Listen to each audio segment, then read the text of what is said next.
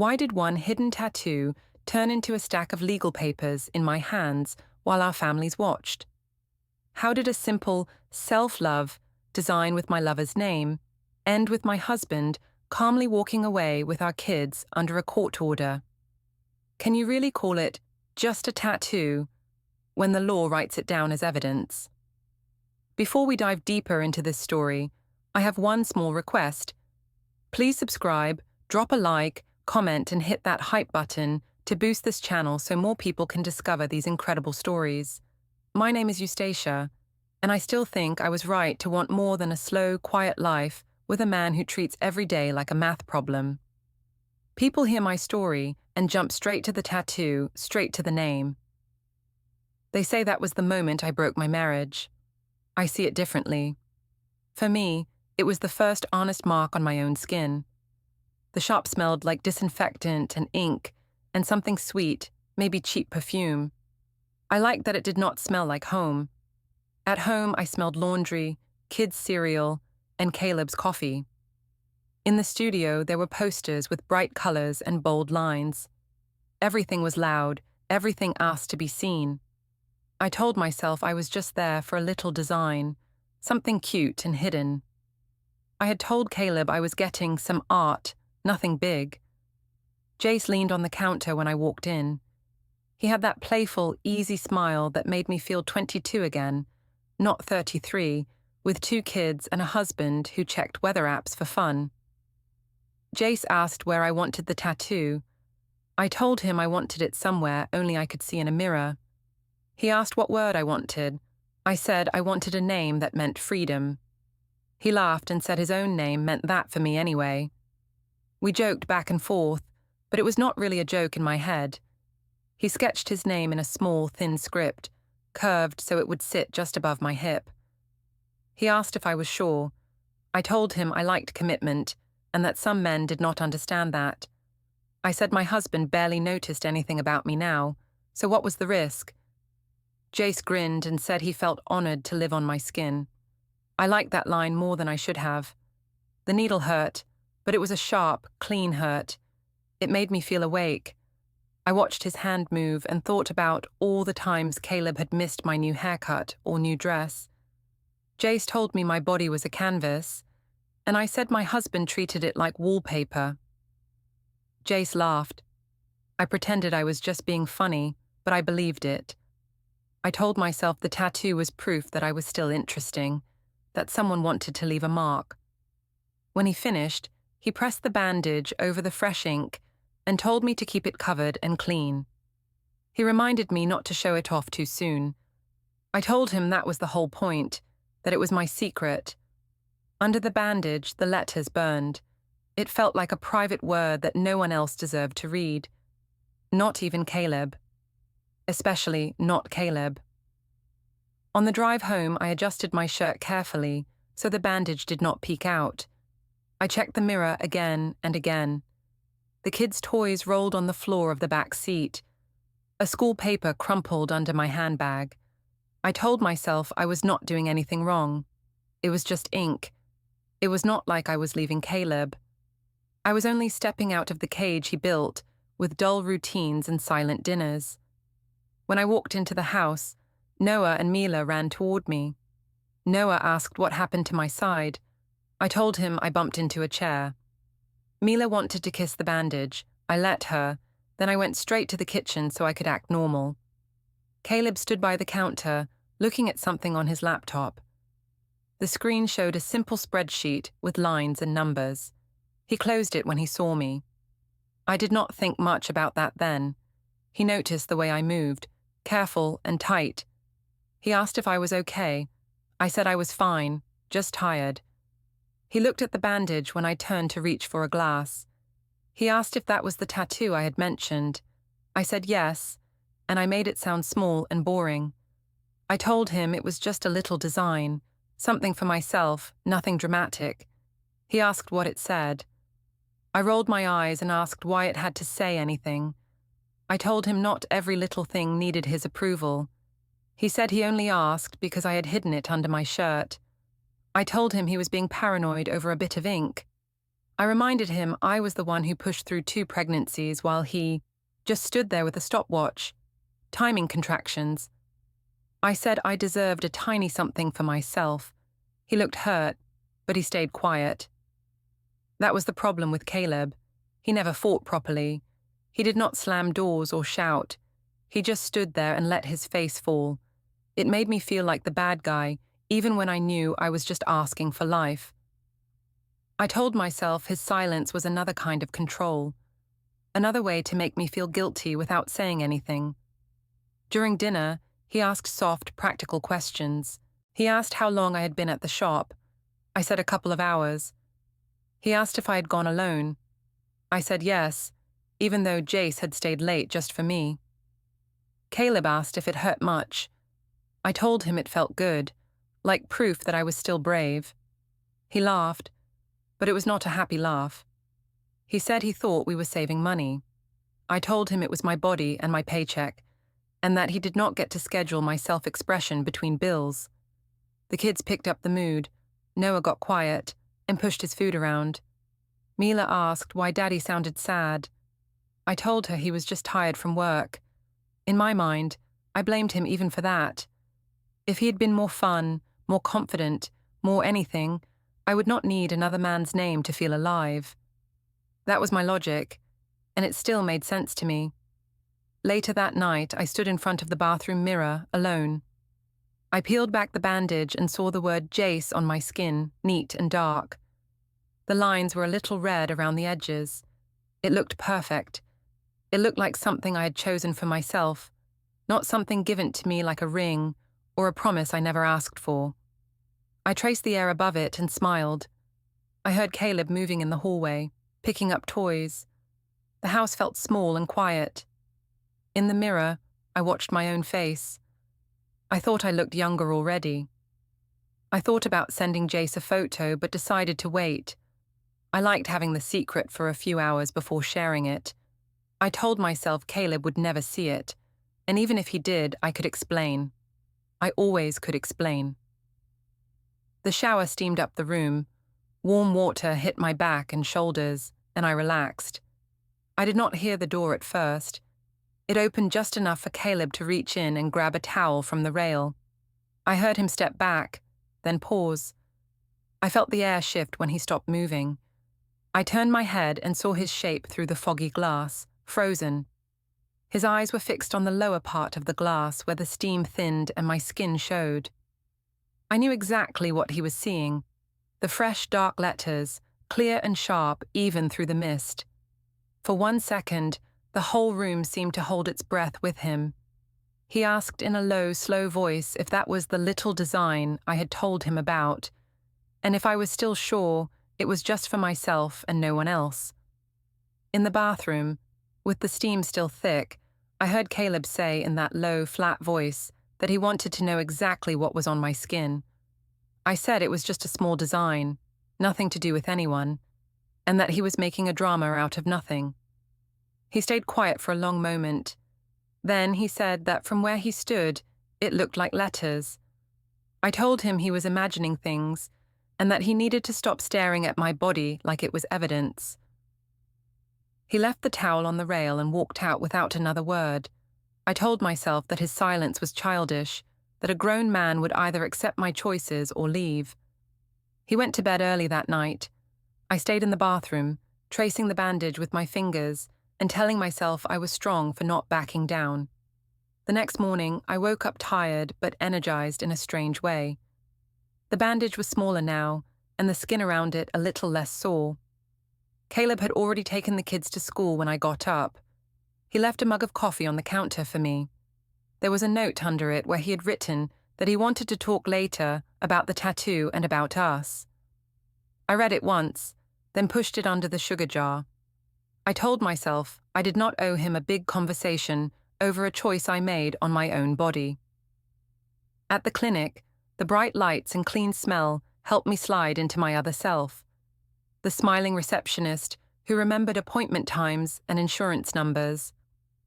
My coworker Tiana noticed the way I moved when I reached for a file. She asked if I had hurt my side or if I had finally done that tattoo I kept talking about. I told her it was just a little secret design and laughed when she asked if Caleb had approved. When I said that he had acted like he owned my skin, her eyes widened. She said that was controlling and that modern husbands should support self-expression. A patient in the waiting room heard us and smiled in that knowing way. The moment felt good.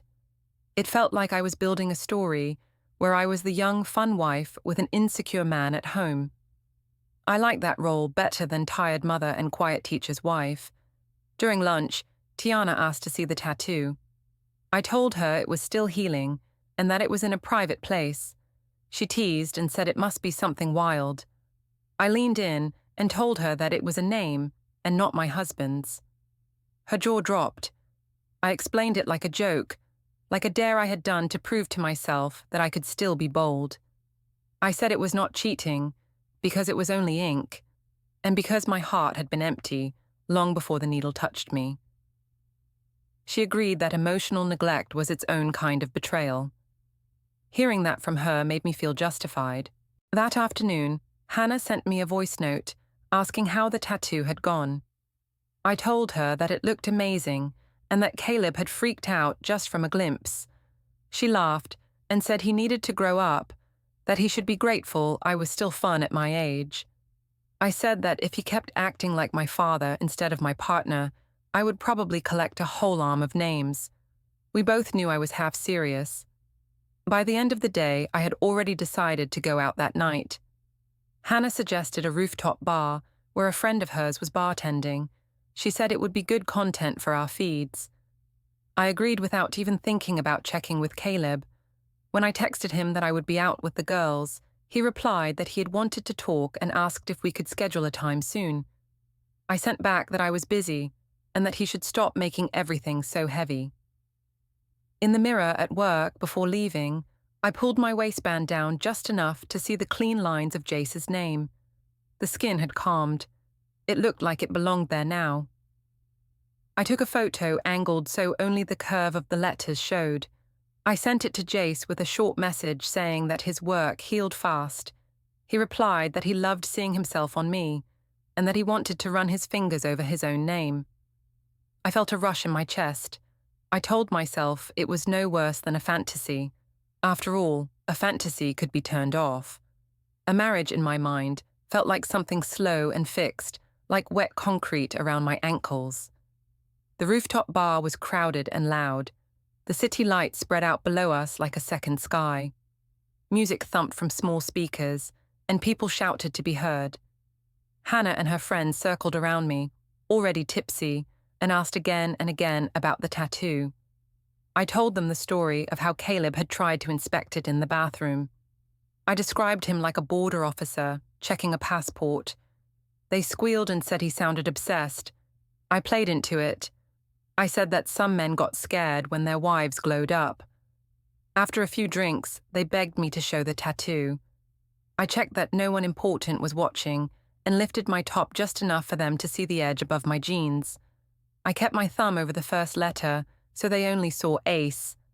They screamed and said it was so hot that my husband did not even know. Someone held up a phone and filmed a quick clip of me turning my hip toward the camera. Tiana later posted a short video to her story. In the clip, you could see my waist, the curved letters, and a man's hand near my skin as he pretended to draw a heart around it. It was Jace's hand. He had joined us, saying he was off shift and knew the bartender. She added a caption about some art not being for husbands. People reacted fast. Heart emojis, fire emojis, comments about how brave I was. Caleb texted me while I was still at the bar. He said that a friend had shown him a story and asked if I really thought public teasing was fair. I showed the text to the girls and said he was trying to control my nightlife now. They shook their heads and told me that he sounded insecure. I messaged him that he needed to relax, that it was just fun, and that he should stop making me look like the bad guy. He replied that we would talk when I got home. I did not answer. By the time Hannah dropped me off at the house, my head was buzzing. I kicked off my shoes and fell onto the living room couch. The room was dark, only the TV glow and a small lamp on. I did not even pull my shirt down properly. The waistband of my jeans sat low, the skin above my hip bare. I heard Caleb moving somewhere, but I was too tired to care. I half woke when the lamplight shifted. I felt cool air on my side as my shirt slid up a little more. I did not open my eyes, but I knew he was there. His hand did not touch me. The room went very quiet. The air felt thick, like the moment before a storm. In the morning, the light coming through the curtains felt too bright. My mouth was dry. I lay there for a second and tried to remember what I had said at the bar. Pieces came back. Laughter, phones, Jace's hand near my hip, the tiny clip for Tiana's story. Then I remembered the way the air had changed last night when Caleb stood over the couch and the way his silence felt like a shout.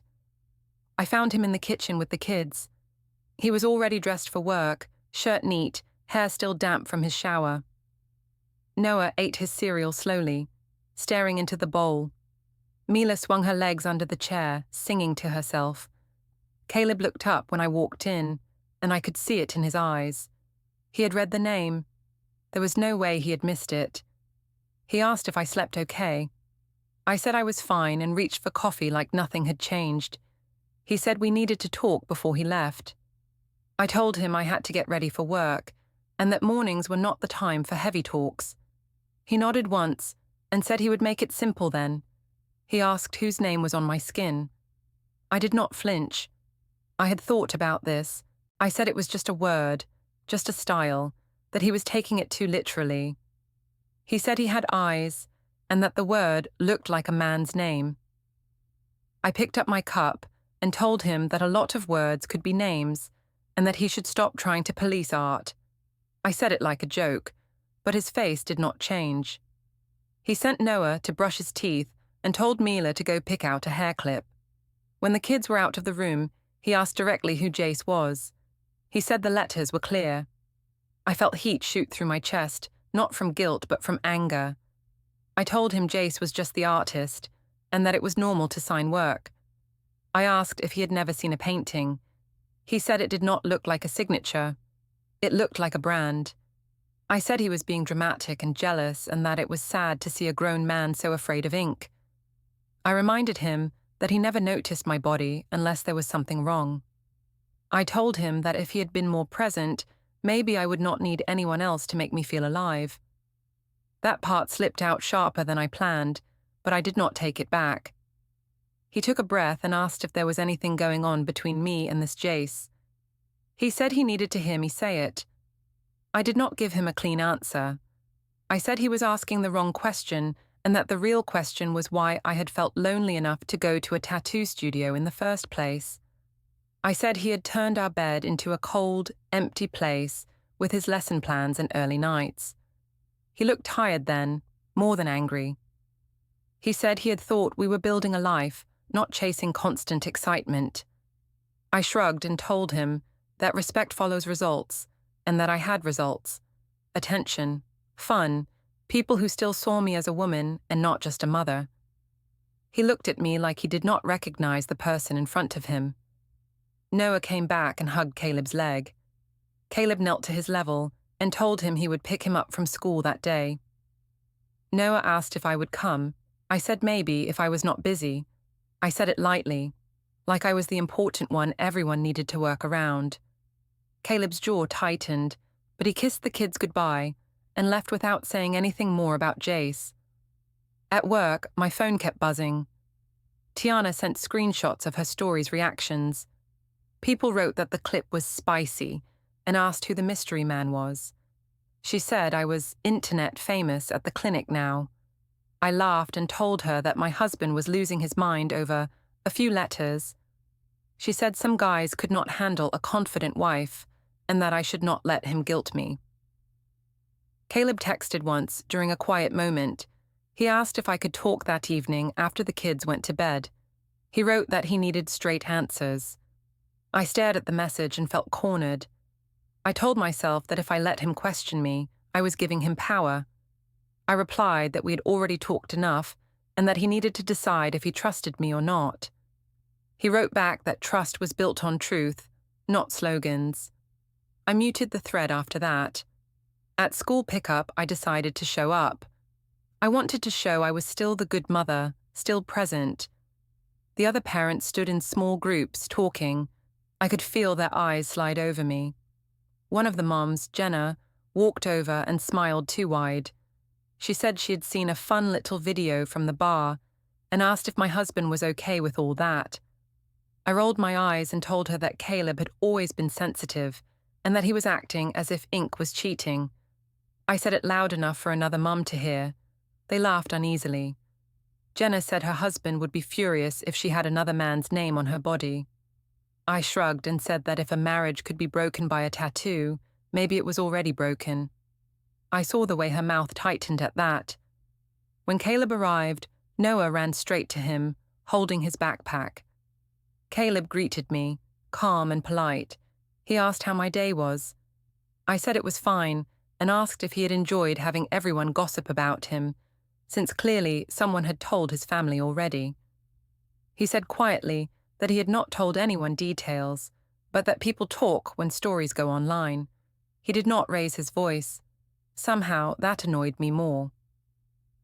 On the way home, Noah sat in his seat and hummed. He asked if Daddy was mad at Mommy.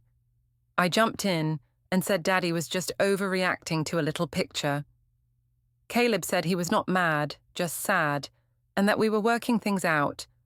I hated that he used that word, sad. It made me look like a bully picking on a wounded animal.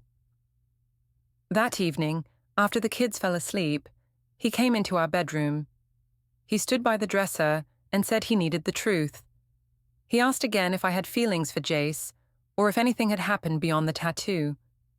I looked him straight in the eye and said that what I felt or did with myself was my business. I also said that if he kept digging, he would just hurt himself. He said he did not recognize our marriage anymore. I told him that maybe it was time he admitted he could not keep up with me. I said I was still young, still interesting, and that I would not shrink to fit his quiet life. He did not respond right away. He just nodded slowly, as if checking something off in his mind. A little later, I went to the kitchen for water. On my way back, I saw the guest room door standing open. The light was on. Inside, Caleb had moved a box of folders onto the desk. His laptop was open. On the screen, I saw a simple layout with dates and short lines of text. At the top of the window was a folder named Archive A. He noticed me and closed the laptop with one hand. He said he was going to sleep in the guest room for a while so the kids would not hear us argue. I laughed and said he was being dramatic again, like a martyr. He just said he was tired of fighting in circles and that he needed some space to think. The next few days felt strange, like the house had grown new walls. Caleb stayed in the guest room. He still woke the kids, packed lunches, did school drop-off, all the same things. But he moved around me like I was a piece of furniture he did not want to bump into. It annoyed me more than if he had shouted. At least shouting would mean passion. One afternoon, Grace called. Her voice was careful and soft. She asked if I could bring the kids over on Sunday. She said she wanted to see them and talk with us. I knew Caleb had spoken to her, even if he claimed he kept things private. I told her that we were fine, that every marriage had rough patches, but I agreed to go. I wanted to see how much of the story he had managed to twist in his favor. On Sunday, Caleb drove. The kids argued about which music to play. I scrolled through my phone, answering Hannah's messages. She told me that Lydia thought Caleb was being ridiculous and that they would both stand up for me if his family tried anything. That comforted me. I liked having my own team. Grace's house was neat and warm, filled with small frame photos, old-school pictures, baby shots, Caleb and his brother Ethan in matching shirts. She hugged the kids and then hugged Caleb. When she hugged me, it was shorter, polite, but cooler than before. I felt it. She asked if we wanted tea. She said we should all sit down for a moment. We took places in the living room. Caleb sat on one end of the couch. I sat on the other. Grace sat in an armchair. Ethan leaned against the doorway. Noah played with toy cars on the rug. Mila drew circles on a notepad. Grace said she had heard bits of things and was worried. She asked how we were doing. I spoke first, before Caleb could. I said we were fine, but that he had become very controlling over harmless things. Grace asked what I meant. I explained the tattoo in a light tone. I said it was small, private art, and that Caleb had reacted like I had committed a crime. I told her he had moved to the guest room over a design on my skin. I framed it like his ego was the only problem. Caleb did not argue right away. He only said that he felt disrespected when his wife put another man's name on her body and then laughed about it with friends online. Grace looked at me then, her eyes steady. She asked if it was true that the name belonged to someone I knew. I shrugged and said it was the artist's name, and that artists signed their work. I added that it was my body, and that I did not need a panel of judges. Grace sighed and said that choices had consequences, especially in a family. She said she was not here to attack me, but to protect her grandchildren from chaos.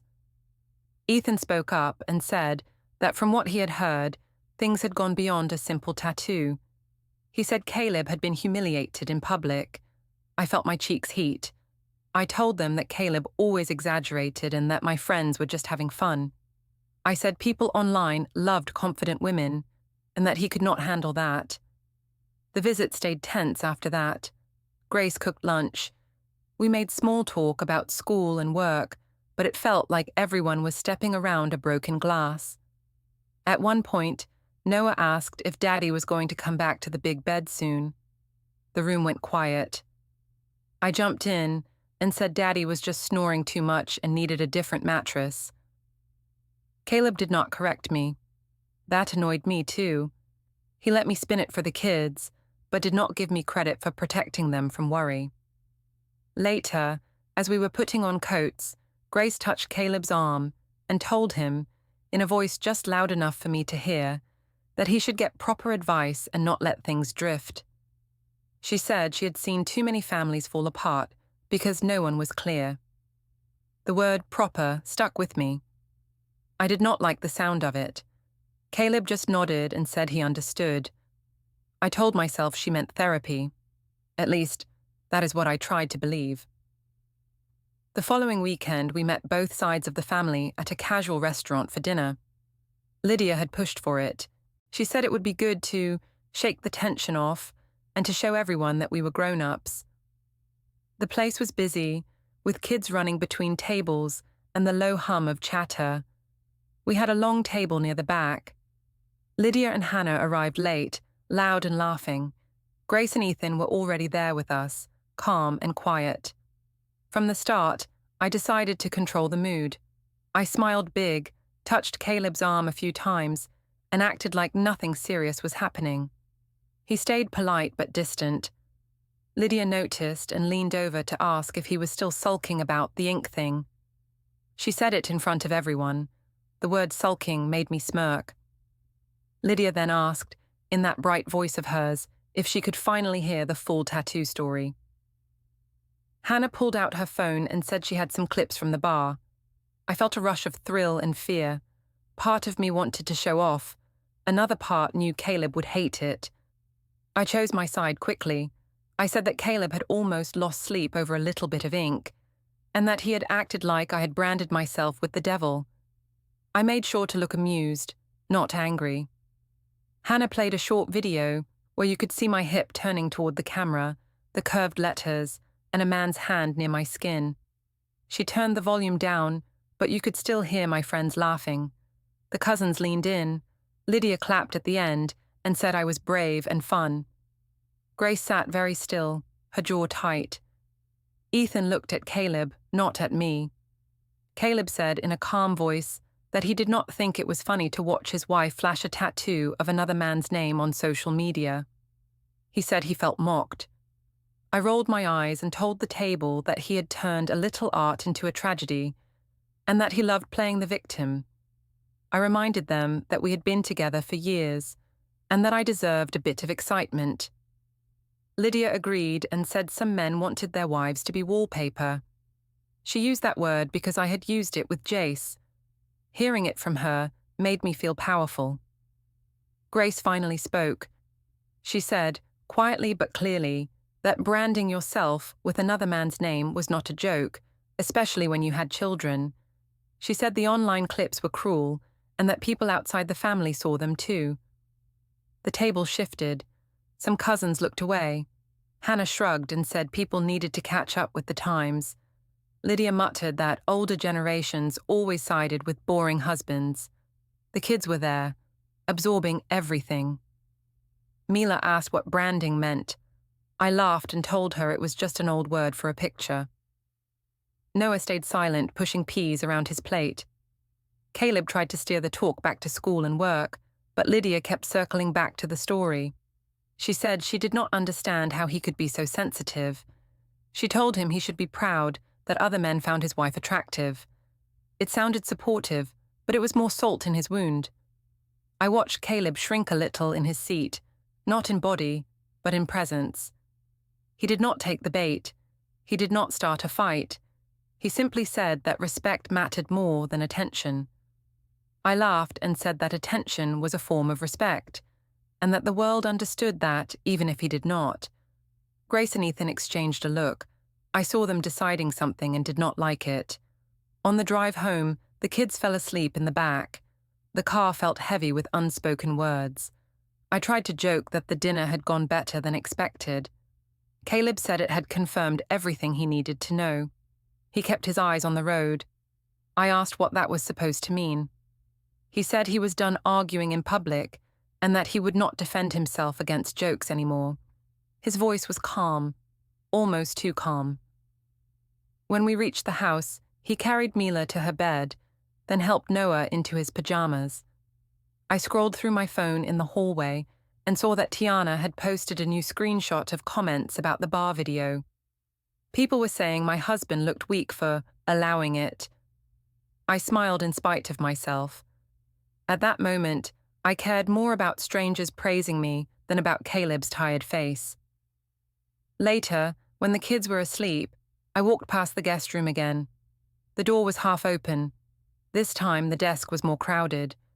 There were neat stacks of papers, a mug on one side, his laptop open. The screen showed a spreadsheet with dates on the left and notes on the right. I could read a few lines from where I stood. Rooftop bar video, link saved. Tattoo name visible, photo taken. Moved to guest room, kids asked why. At the top of the file was a clean file tree with Archive A and Archive B. He noticed me and did not rush to close it. He only minimized the window and said he was just trying to keep track of things, since I claimed he always forgot details. He said he wanted everything clear in his own mind. I said it looked obsessive, like something a stalker would do. He replied that he was simply tired of being told his memory was wrong.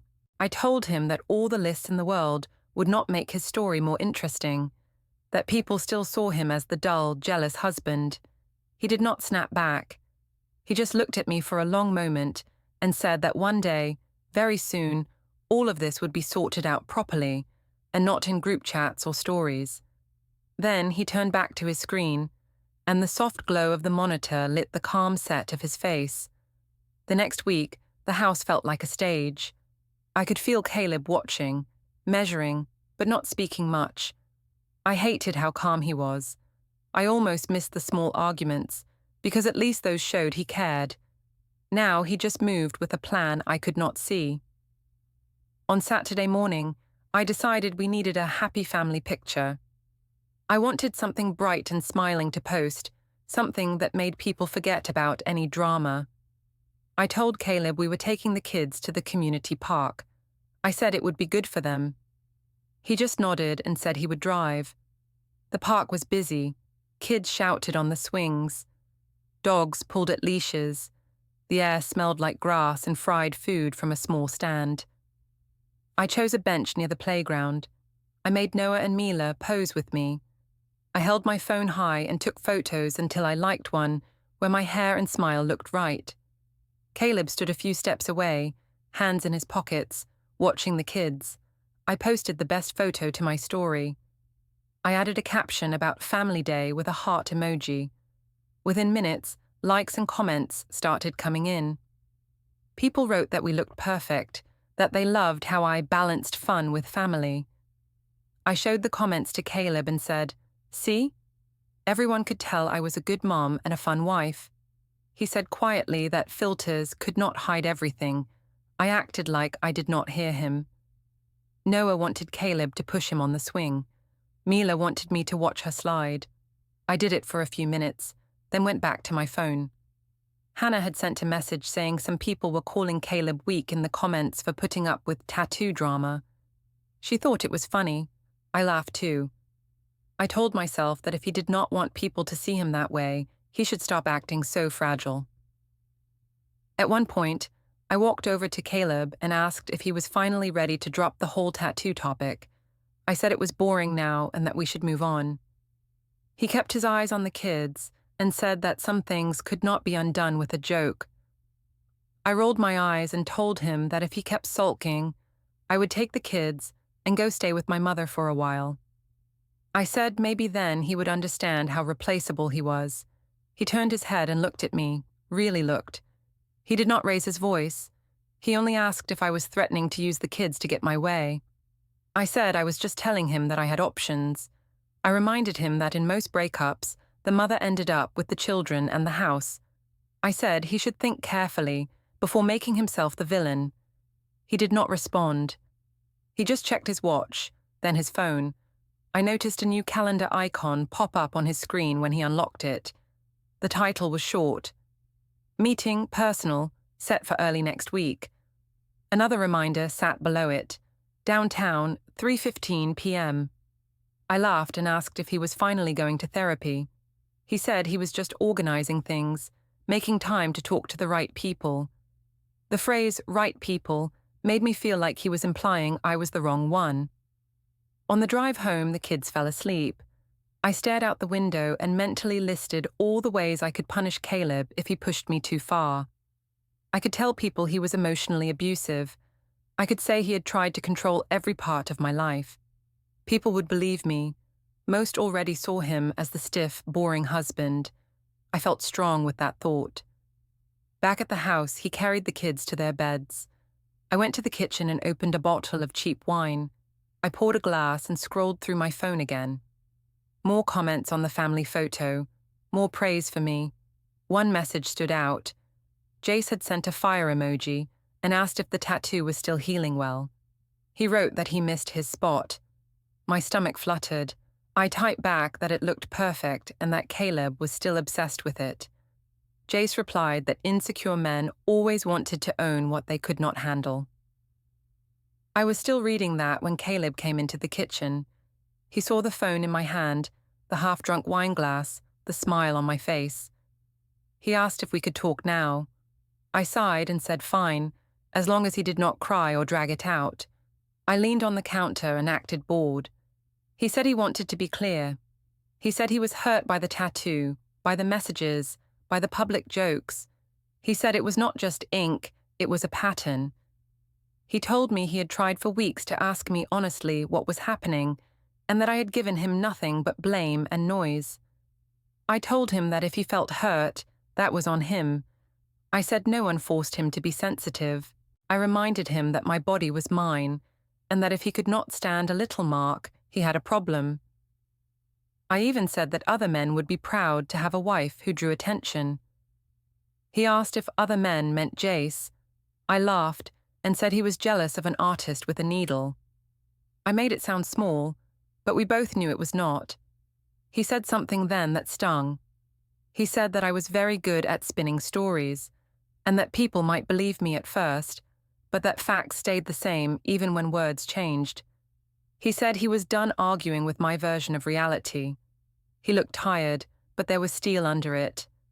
I got angry. I said if he kept this up, I would tell everyone he tried to control my clothes, my friends, and my phone. I said I would tell his school that he had a temper, that he was unsafe around women. I did not even believe that last part, but I knew how it would sound. I said I would take the kids and the house and leave him with nothing. I felt powerful while I said it.